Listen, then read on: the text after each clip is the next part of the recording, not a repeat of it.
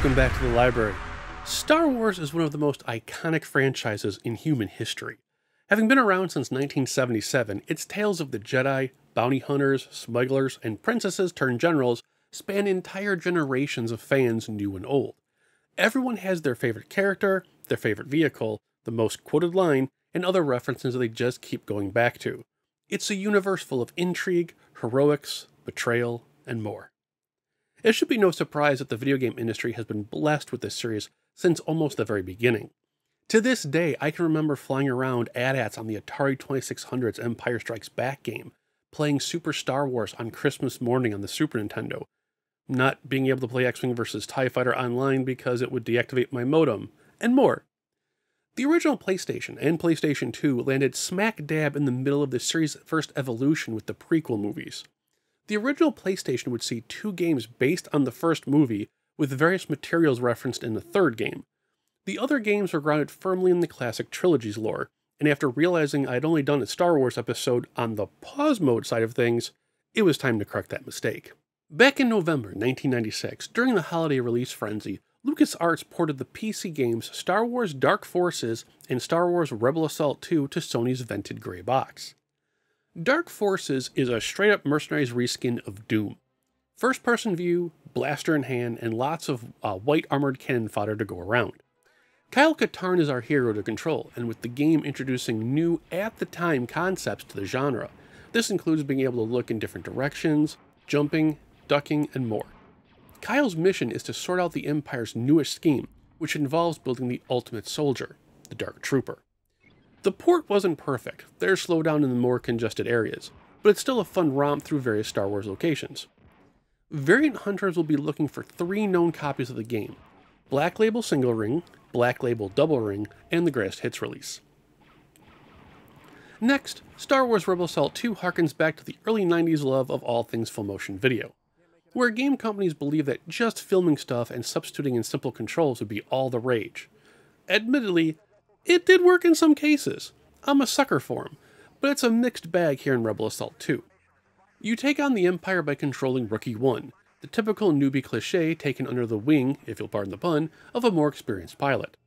The game starts off controlling B-Wing bombers, and other vehicles will be swapped as play progresses. Truthfully, this doesn't matter since the game is on rails, meaning you're just moving the targeting reticle. The game takes care of the flight path. The sequel breaks from its original release with the human-based areas. Rookie 1 will be on foot in several stages, allowing you to peek out from cover and pop a few caps and Imperial asses. These areas hide a nice surprise if you didn't look at the manual. Standard light guns like the Konami Justifier will work with the human levels. You can get more interactive with the game and save yourself cursor movement in these stages. If you're going for the full variant set, Rebel Assault 2 has the most variants, but they're easy to track down. Both the Black Label and the Greatest Hits have 2 variants. The Black Label has single ring and double ring releases. The Greatest Hits release has a flat hub and a 1-ring hub. Pay attention though, the 1-ring variant has different hubs. This is legit, but while writing this episode, a possible 3rd Greatest Hits variant might have been tagged. These may be just mismatched discs, but with the confirmed ring difference already, there may have been some weird stock balancing act with the print run of the game. More on that eventually on the website. Next up, Jedi Power Battles. I enjoy this one as it's just a simple walk and swing action game. It plays loosely with the movie's plot, allowing players to relax while playing. RPG folks might appreciate it thanks to the built-in progression system.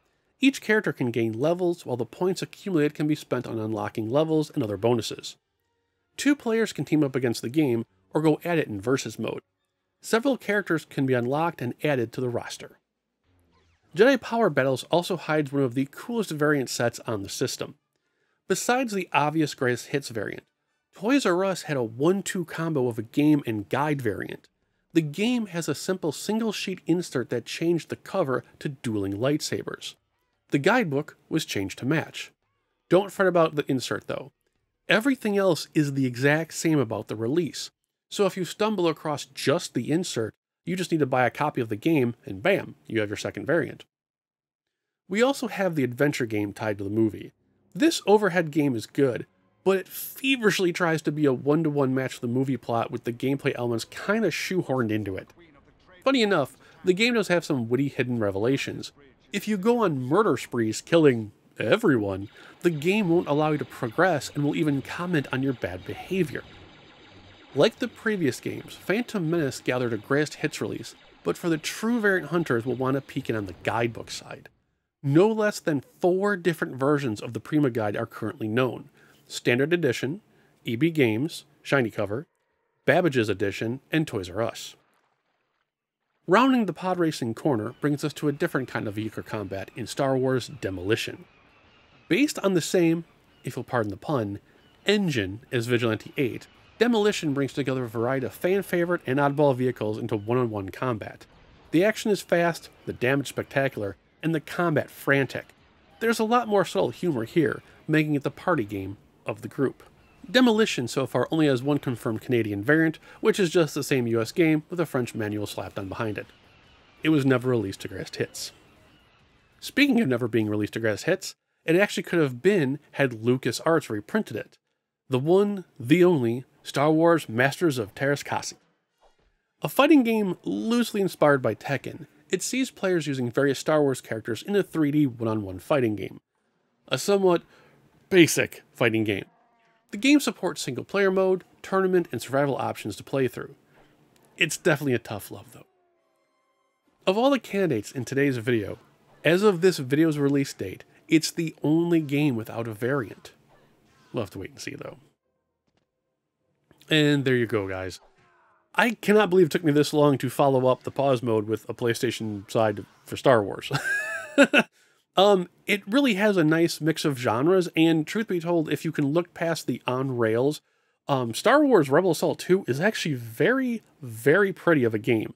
It's one of the few ones that actually used both brand new full-motion video clips of actors and characters, but then we're able to intermix footage from the original movies to make it all nice and seamless, including the scene where Vader gets his helmet put on. It is a fun set to peruse. It's fairly easy to acquire. Some of the variants can be kind of expensive based on where you're shopping, but otherwise, it's a fun little lot. Let me know what your favorite Star Wars game is, regardless of system, and we shall continue the conversation down below. Have a good one. Take care.